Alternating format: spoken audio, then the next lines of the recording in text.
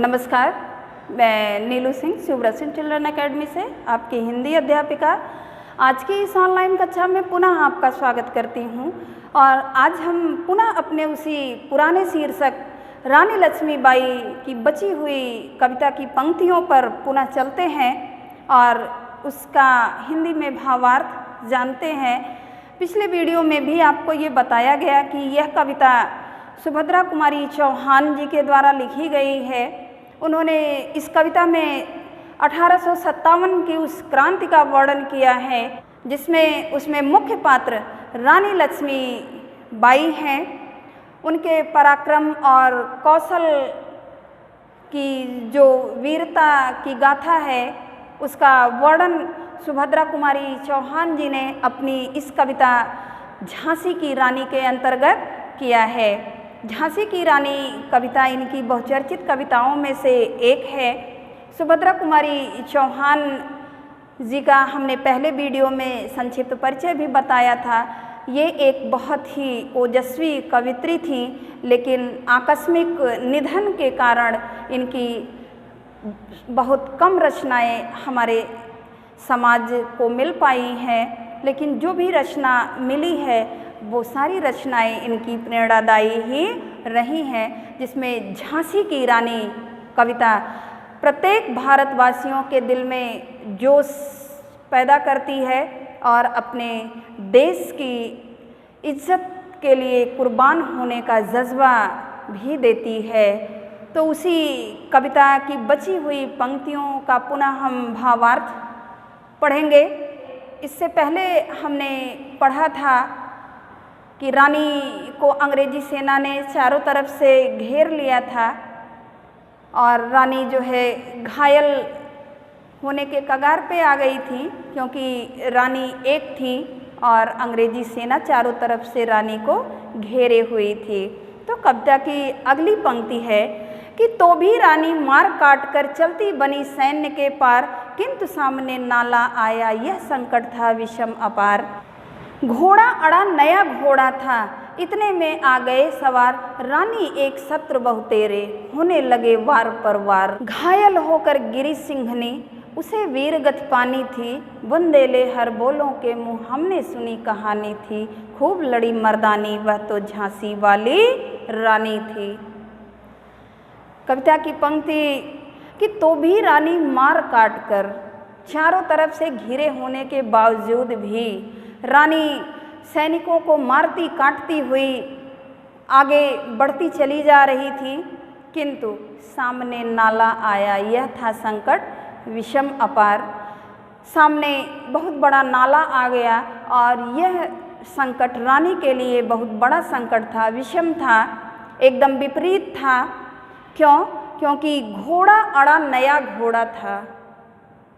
इससे पहले की पंक्ति में आपने पढ़ा है कि रानी का घोड़ा कालपी में ही मर चुका था। रानी ने वहाँ से नया घोड़ा लिया था और यह घोड़ा उतना अनुभवी नहीं था। वह नाला देख करके नाला पार करने को वह घोड़ा तैयार ही नहीं हुआ। घोड़ा अड़ा अर्थात घोड़ा अपनी जिद पर आ गया, वह आगे बढ़ा ही नहीं, उसने अपना पैर आगे बढ़ने के लिए नहीं उठाया और इतने में आ गए सवार। रानी प्रयासरत ही रही कि घोड़ा नाला पार कर जाए, लेकिन घोड़ा अपनी जिद पे आ गया, अड़ गया, वो आगे अपना पैर नहीं बढ़ाया और इतने में अंग्रेजी सेना चारों तरफ से आकर के रानी को घेर ली कि रानी एक शत्रु बहुतेरे। रानी तो अकेली थी, लेकिन शत्रु कितने थे? अनेकों थे। रानी एक शत्रु बहुतेरे होने लगे वार पर वार, चारों तरफ से रानी पर आक्रमण हो गया। एक साथ रानी अकेली और चारों तरफ से रानी पर वार होने लगे कि घायल होकर गिरी सिंहनी। सिंहनी शब्द महारानी लक्ष्मीबाई के लिए प्रयुक्त हुआ है कि शेर सी दहाड़ती हुई महारानी रानी लक्ष्मीबाई जो अंग्रेजों को परास्त करती हुई आगे बढ़ रही थी, लेकिन घोड़े के अड़ जाने के कारण, नाला न पार करने के कारण चारों तरफ से अंग्रेजी सेना जब आकर के रानी को घेर ली तो रानी को तो घायल होना ही होना था, क्योंकि रानी एक शत्रु बहुतेरे। अकेली रानी उन शत्रुओं का मुकाबला करते करते अंत में घायल होकर के वह सिंघनी गिर पड़ी और उसे वीर गति पानी थी। वीरों की भांति लड़ते लड़ते मृत्यु को प्राप्त करना, उसे मरना नहीं कहा जाता, उसे वीर गति पाना कहा जाता है। रानी उस युद्ध मैदान में वीर गति को प्राप्त हो गईं। बुंदेले हर बोलों के मुख हमने सुनी कहानी थी, खूब लड़ी मर्दानी वह तो झांसी वाली रानी थी। बुंदेलखंड के प्रत्येक वीरों के मुख से, जो हर हर महादेव का जय उद्घोष करने वाले वीर हैं, उनके मुख से हमने ये कहानी सुनी है कि रानी लक्ष्मीबाई ने अंग्रेजों के दांत खट्टे कर दिए। कविता की अगली पंक्ति अत्यधिक भावपूर्ण है। रानी के त्याग बलिदान और उनके शौर्य की गाथा को आगे बयां करती हुई कविता की अगली पंक्ति है कि रानी गई सिधार चिता, अब उसकी दिव्य सवारी थी, मिला तेज से तेज, तेज की वह सच्ची अधिकारी थी। अभी उम्र कुल 23 की थी, मनुज नहीं अवतारी थी। हमको जीवित करने आई वन स्वतंत्रता नारी थी, दिखा गई पथ सिखा गई, दिखा गई पथ सिखा गई हमको जो सीख सिखानी थी। बुंदेले हर बोलों के मुख हमने सुनी कहानी थी, खूब लड़ी मर्दानी वह तो झांसी वाली रानी थी। कि रानी गई सिधार सीता, अब उसकी दिव्य सवारी थी, अर्थात रानी वीर गति को प्राप्त हो गई और अब उनकी दिव्य सवारी जो है वो कोई घोड़ा नहीं या कोई पालकी नहीं, अब उनकी दिव्य सवारी जो है वो चिता बन गई है। मिला तेज से तेज, तेज की वह सच्ची अधिकारी थी। उनकी चिता की जो लपटों में तेज था, जब रानी लक्ष्मीबाई का तेज चिता की तेज से मिला तो उसकी जो ज्वाला निकल रही थी, तो उस ज्वाला रूपी तेज की अधिकारी स्वयं रानी लक्ष्मीबाई थी। उनका तेज ही ऐसा था कि जो पूरे भारतवर्ष को प्रकाशित करने में सक्षम था। तो इसीलिए कविता की पंक्ति लिखी गई है कि मिला तेज से तेज, तेज की वह सच्ची अधिकारी थी, कि वो उनका अधिकार था कि जो उनकी चिता की लपटें थी, जो तेज था, प्रकाश था, जो निकल रहा था उनकी चिता से, वो पूरे भारतवर्ष से लेकर के अंग्रेजी शासक तक को भी चकाचौंध करने वाला था। कि अभी उम्र कुल 23 की थी। वीर गति प्राप्त होते समय रानी लक्ष्मीबाई की उम्र मात्र 23 वर्ष की थी।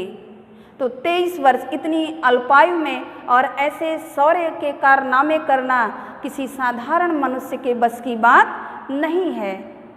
तो अभी उम्र कुल 23 की थी, मनुज नहीं वह अवतारी थी, वो साधारण मनुष्य नहीं थी, वह स्वयं वीरता का अवतार थी। हमको जीवित करने आई वन स्वतंत्रता नारी थी। उन्होंने इसीलिए अवतार ही लिया था कि भारत की उस सोई हुई जनता को अपनी स्वतंत्रता प्राप्ति के लिए जगा सकें। कि दिखा गई पथ सिखा गई हमको जो सीख सिखानी थी, हमको उस रास्ते पर हमारा मार्गदर्शक बन करके वह आई थी और हमें उस रास्ते पर ला करके खड़ा कर दिया, जहाँ से आगे बढ़ कर के हम अपनी स्वतंत्रता को प्राप्त कर सकते हैं। वो रास्ता हमें रानी लक्ष्मीबाई मात्र 23 वर्ष की अवस्था में ही दिखा गई। बुंदेले हर बोलों के मुख हमने सुनी कहानी थी, खूब लड़ी मर्दानी वह तो झांसी वाली रानी थी।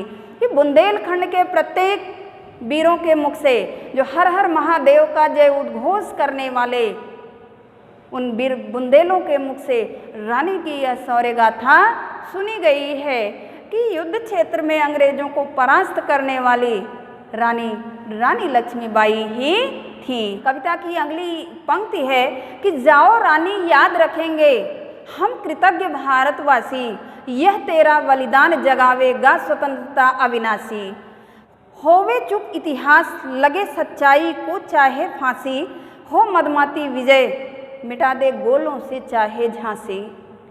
तेरा स्मारक तू ही होगी, तू ही अमिट निशानी है, बुंदेले हर बोलों के मुख हमने सुनी कहानी है, खूब लड़ी मर्दानी वह तो झांसी वाली रानी। कि जाओ रानी, कि हे रानी, तुम्हें भले ही वीर गति प्राप्त हो गई, मात्र 23 वर्ष की अवस्था में आप वीर गति को प्राप्त हो गई, परंतु हम भारतवासी, समस्त भारत की जनता आपकी कृतज्ञ रहेगी।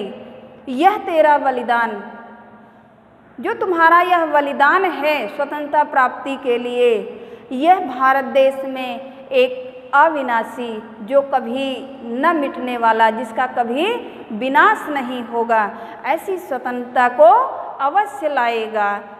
होवे चुप इतिहास, लगे सच्चाई को चाहे फांसी।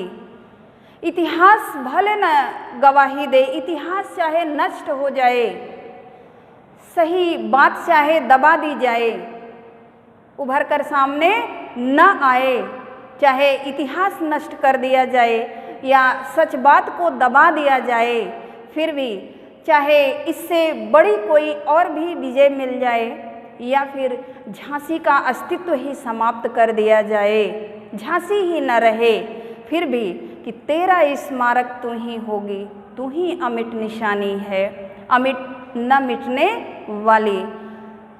आपका स्मारक स्वयं आपकी शौर्य गाथा है, आपको किसी इतिहास या किसी स्मारक की आवश्यकता नहीं है।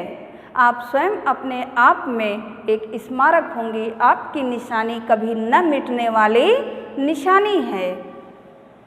आपकी जो शौर्य गाथा हमने सुनी है बुंदेलखंड के प्रत्येक नागरिकों के मुख से, जितने भी वीर बुंदेल हर हर महादेव का जय उद्घोष करने वाले हैं, उन्होंने तुम्हारी शौर्य गाथा सुनाई है और आप तुम्हारी शौर्य गाथा जो हमने सुनी है वो कभी न समाप्त होने वाली शौर्य गाथा है। ये कविता रानी लक्ष्मीबाई की वीरता की कहानी है। रानी लक्ष्मीबाई ने कितनी वीरता के साथ अंग्रेज़ों से लड़ाई लड़ी, अपने देश को स्वतंत्र कराने के लिए, अपनी झांसी को पुनः अपने राज्य में लाने के लिए, जो लावारिस हो गया था और जिसका वारिस ब्रिटिश राज्य बन गया था, उस झांसी को फिर से अपने भारत देश में लाने के लिए रानी का ये जो अथक प्रयास रहा, बलिदान रहा, ये उसी की देन है कि आज हम आज़ादी की हवा में सांस ले रहे हैं। आज़ादी का क्या महत्व होता है, ये 1857 से पहले जो हमारे देश की दशा दुर्दशा थी उससे हम भली भांति परिचित हैं। रामचरितमानस के अंतर्गत तुलसीदास जी ने लिखा है कि पराधीन सपने सुख नाही, कि पराधीनता में अर्थात दूसरे के अधीन रहकर हम सपने में भी सुखी नहीं रह सकते हैं। तो हमें अपनी स्वतंत्रता की मान मर्यादा, उसकी इज्जत की रक्षा करना चाहिए। हमें अपने देशवासी होने का गर्व होना चाहिए। हम एक ऐसी मिट्टी में जन्म लिए हैं, भारत की भूमि पर हमने जन्म लिया है। यह हमारा परम सौभाग्य है कि हम भारतवासी हैं। भारत विलक्षण है, इसमें अनेकता होते हुए भी एकता का जो गुण है वो किसी अन्य देश में नहीं है। जो हमारा वंदे मातरम गीत है या हमारा जो राष्ट्रगान है जनगण मन, इसका जो भाव है वो समस्त भारतवासियों की जान है, प्राण है। कहते हैं मरना तो एक दिन सबको है, लेकिन वंदे मातरम कह के मरना माटी पर आसान नहीं। वंदे मातरम कहते हुए मृत्यु को प्राप्त होना, देश के लिए अपनी जान को कुर्बान करना इतना आसान काम नहीं है। इसके लिए हमें अनेकों त्याग करने पड़ते हैं, अनेकों बलिदान देने पड़ते हैं। जो हम भारतवासियों के लिए, अपने देश की रक्षा के लिए, मातृभूमि माँ और मातृभूमि में कोई फ़र्क नहीं होता है। जैसे हम अपनी माँ के लिए अपना सर्वस्व न्यौछावर करते हैं, वही एक दूसरी माँ हमारी मातृभूमि भी है। हमें अपने देश की मिट्टी के लिए अपना सर्वस्व न्यौछावर करने के लिए सदैव प्रयत्नशील रहना चाहिए, सदैव उन्नत रहना चाहिए। कभी भी हमें मातृभूमि के लिए पीछे नहीं हटना चाहिए। कविता का ये भाव है, इसमें कुछ कठिन शब्द भी हैं, बीच बीच में हमने आपको बताया भी है। कविता में आए हुए कुछ कठिन शब्दों के अर्थ।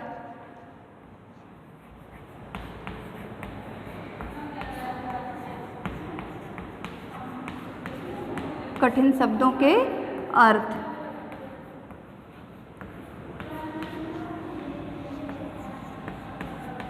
शब्द अर्थ।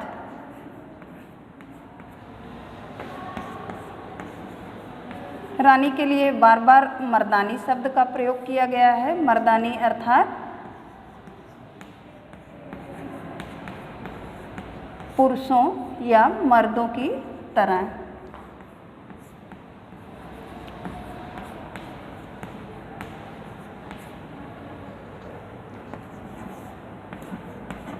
सन्मुख अर्थात सामने।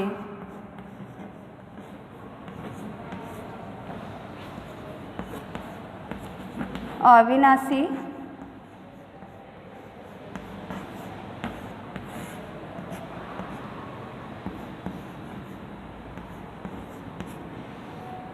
जो कभी नष्ट न हो, अर्थात जिसका कभी विनाश न हो।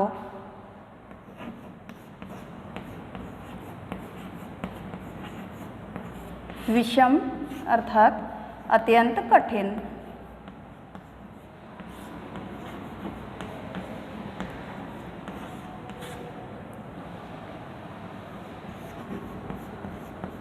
कालगति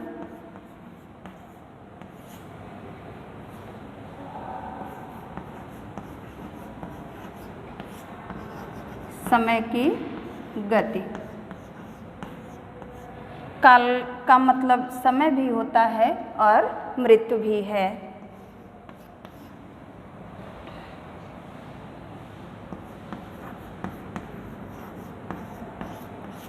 विधि का अर्थ है भाग्य।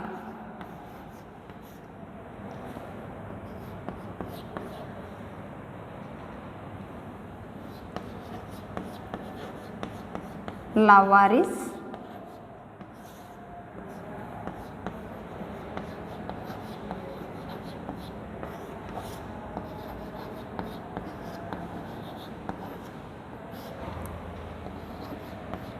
वारिस ना हो।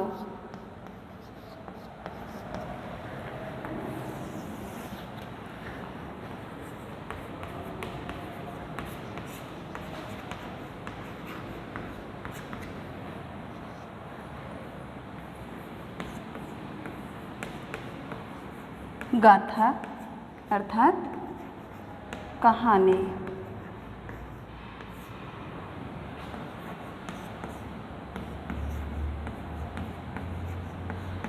विरुदावली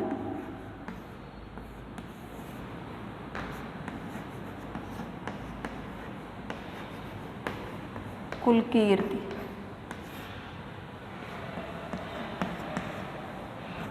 फिरंगी अर्थात अंग्रेज।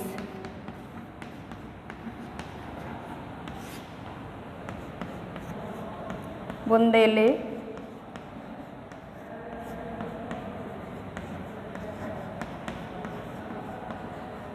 हरबोलों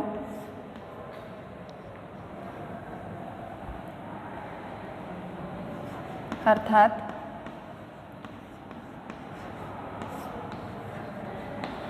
बुंदेलखंड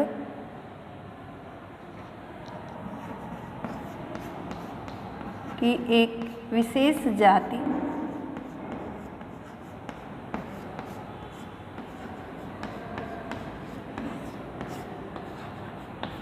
जो गवैयों के रूप में जानी जाती है।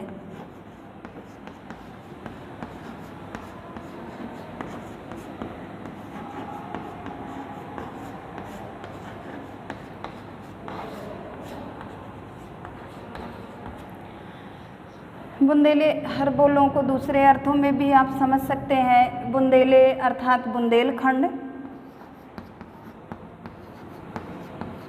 बुंदेल का अर्थ है बुंदेलखंड।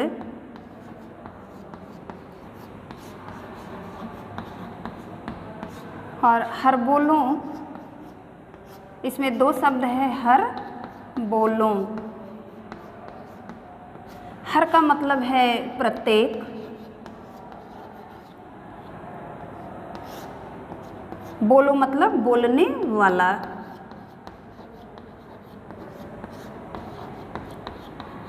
बोलने वाला अर्थात बुंदेलखंड के प्रत्येक बोलने वाले।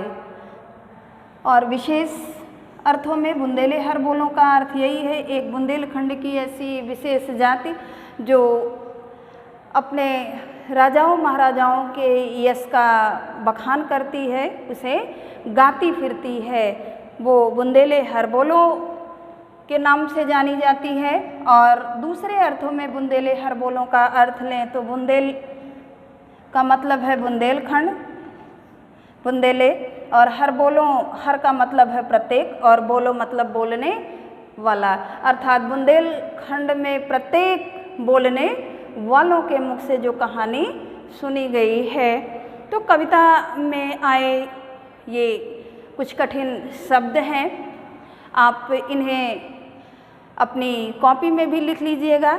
मैं बार बार आपको बताती चलती हूँ कि वीडियो देखते समय आप अपनी किताब, अपनी कॉपी और अपनी पेन या पेंसिल अपने साथ ज़रूर रखें। किताब रखेंगे तो आपको पंक्तियाँ बराबर मिलती जाएंगी और आप मेरे साथ ही उसका उच्चारण भी और उसका भावार्थ भी समझते चलेंगे। इससे आपको अपना नोट्स बनाने में भी आसानी होगी। वैसे मैं लिखित नोट्स आपके पास भेजती भी हूँ, फिर भी आपको पाठ को समझने के लिए किताब, कॉपी, पेन या पेंसिल के साथ ही वीडियो देखना चाहिए। कविता के अंतर्गत आपको बताया गया कि इसमें रानी लक्ष्मीबाई के शौर्य गाथा की कहानी है, उनका जो बलिदान है, आज उसी की देन है कि हम भारतवासी आज़ादी में सांस ले रहे हैं। पराधीनता जो होती है वो कभी सपने में भी सुख नहीं दे सकती है। तो हमें अपनी माँ और अपनी मातृभूमि को एक समान ही समझना चाहिए, उसमें कभी अंतर नहीं स्पष्ट करना चाहिए। क्यों? क्योंकि जननी जो हमारी है वो दोनों हैं, वो चाहे माँ हो चाहे मातृभूमि हो। जननी हमें जन्म देती है और मातृभूमि जो हमारी ये धरती माँ है, ये हमारा पालन पोषण करती हैं, हमारे शरीर को मजबूत और बलिष्ठ बनाने के लिए अपने अन्न धन से हमें परिपूर्ण करती हैं। तो इसलिए हमारे लिए तो दोनों ही पूजनीय हैं, वो चाहे माँ हो चाहे मातृभूमि हो। हमें गर्व होना चाहिए, भारत देश में जन्म लिया है हमने, ये हमारा परम सौभाग्य है। और मैं उम्मीद करती हूँ कि आपको अपना यह पाठ अच्छे से समझ में आ गया होगा। फिर भी आप और भी बेहतर समझने के लिए अपनी किताब से इस पाठ को सस्वर वाचन जरूर करेंगे, भावपूर्ण वाचन करेंगे। भावपूर्ण वाचन करते समय जब आप सस्वर इसका उच्चारण करेंगे तो आपके अंदर देश के प्रति वो भाव ज़रूर उत्पन्न होगा, जो भाव 1857 में रानी लक्ष्मीबाई या फिर उस स्वतंत्रता संग्राम में अपने प्राणों की आहुति देने वाले उन स्वतंत्रता सेनानियों के मन में जगी थी, वो भाव आपके मन में भी ज़रूर जगेगा। इसी के साथ धन्यवाद।